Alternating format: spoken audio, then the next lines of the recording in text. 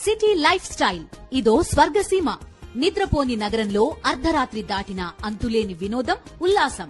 పూర్తి వివరాలకు చదవండి రేపటి సాక్షి హైదరాబాద్ ఎడిషన్. ఒకే ఒక్క పిలుపు. వైఎస్ జగన్ ఇచ్చిన ఆ ఒక్క పిలుపుతో ట్విట్టర్ మారుమోగిపోతోంది. చంద్రబాబు సర్కారు అక్రమాలను ప్రశ్నిస్తూ పోస్టులు వెల్లువెత్తుతున్నాయి. అక్రమ కేసులు, అడ్డగోలు నిర్బంధాలను ప్రశ్నిస్తూ సోషల్ మీడియాలో పోస్టుల ప్రవాహం కొనసాగుతోంది. సోషల్ మీడియా యాక్టివిస్టుల అక్రమ అరెస్టులపై ఏపీ యావత్తు భగ్గుమంటోంది. వైఎస్ఆర్సీపీ అధినేత వైఎస్ జగన్ ఇచ్చిన పిలుపుతో చంద్రబాబు మోసాలు, అక్రమాలను ప్రశ్నిస్తూ పోస్టులు పోటెత్తుతున్నాయి. వాటిపై ఓలుక్కేద్దాం.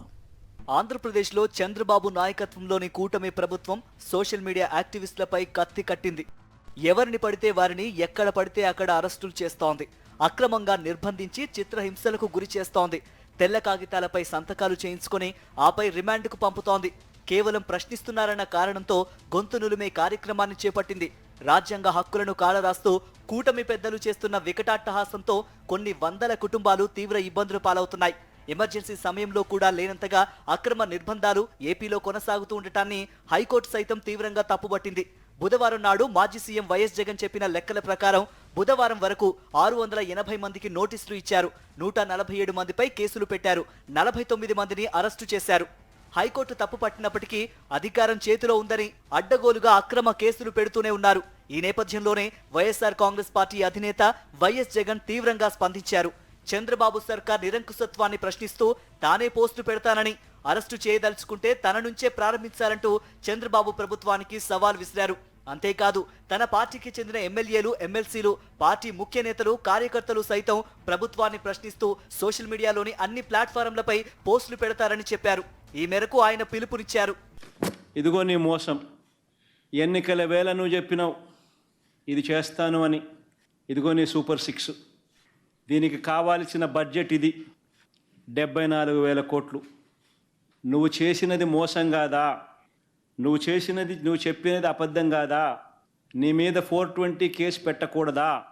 ఆర్గనైజ్డ్ క్రైమ్ ఇది కాదా అని నేను ట్వీట్ పెడతా ఉన్నాను.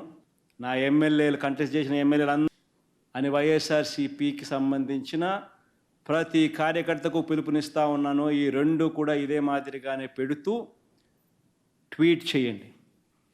ఇన్స్టాగ్రాము, ఫేస్బుక్, వాట్సాప్, యూట్యూబ్ అన్నిట్లోనూ పెట్టండి. ఎంతమంది నేను అరెస్ట్ చేస్తాడో చూద్దాం. అరెస్ట్ చేయడానికి ఏదైనా ముందుకు వస్తే ఫస్ట్ నా దగ్గర నుంచి స్టార్ట్ చేయమని చెప్తున్నా. వైఎస్ జగన్ పిలుపునకు రాష్ట్ర వ్యాప్తంగా వైసీపీ నేతలు స్పందించారు. ఎమ్మెల్యేలు, ఎంపీలు, ఎమ్మెల్సీలు, పార్టీ అధికార ప్రతినిధులు ఇలా ప్రతి ఒక్కరూ స్పందించి పోస్టులు పెట్టారు. చంద్రబాబు ఎన్నికలకు ముందు ఇచ్చిన మేనిఫెస్టో హామీలను అధికారంలోకి వచ్చి 6 నెలలు కావస్తున్నా ఇంకా ఎందుకు అమలు చేయడం లేదంటూ ప్రశ్నించారు. సూపర్ 6 అని చెప్పి రాష్ట్ర ప్రజలను మోసం చేసిన చంద్రబాబు గారు మీపై 420 కేసు ఎందుకు పెట్టకూడదంటూ ప్రశ్నిస్తూ ఎక్స్లో ట్వీట్ చేశారు. సంపద సృష్టించి పేదలకు పంచుతానన్న చంద్రబాబు ఇప్పుడు సంక్షేమ పథకాలను అందించకుండా ప్రజలను మోసం చేయటం ధర్మమా అంటూ పార్టీ అధికార ప్రతినిధి ఆర్ఎస్ శ్యామల ప్రశ్నించారు. అధికారంలోకి వచ్చి 5 నెలలవుతున్నా ఒక్క హామీని కూడా అమలు చేయలేదని, అసలు బడ్జెట్లో సూపర్ 6 ప్రస్తావన కూడా ఎందుకు తీసుకురాలేదని మాజీ ఎంపీ వంగా గీత ప్రశ్నించారు. ఇలా చేయటం నమ్మిన ప్రజల గొంతు కోయటం కాదా అని ఆమె ప్రశ్నించారు.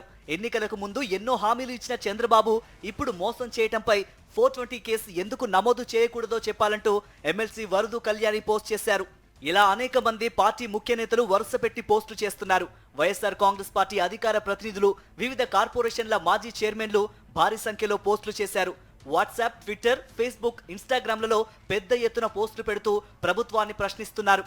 వరుస పెట్టి అక్రమ కేసులు పెట్టి సోషల్ మీడియా కార్యకర్తలను వేధిస్తున్న చంద్రబాబు నాయుడు ఇప్పుడు ఆయన్ను ప్రశ్నిస్తూ పెట్టిన పోస్టులపై ఎలా స్పందిస్తారో వేచి చూడాలి. ఎమ్మెల్యేలు, ఎంపీలు, ఎమ్మెల్సీలతో సహా అనేక మంది వందలాది ట్వీట్లు చేశారు. రానున్న రోజుల్లో కూడా ప్రశ్నిస్తూనే ఉంటామని కూడా హెచ్చరిస్తున్నారు.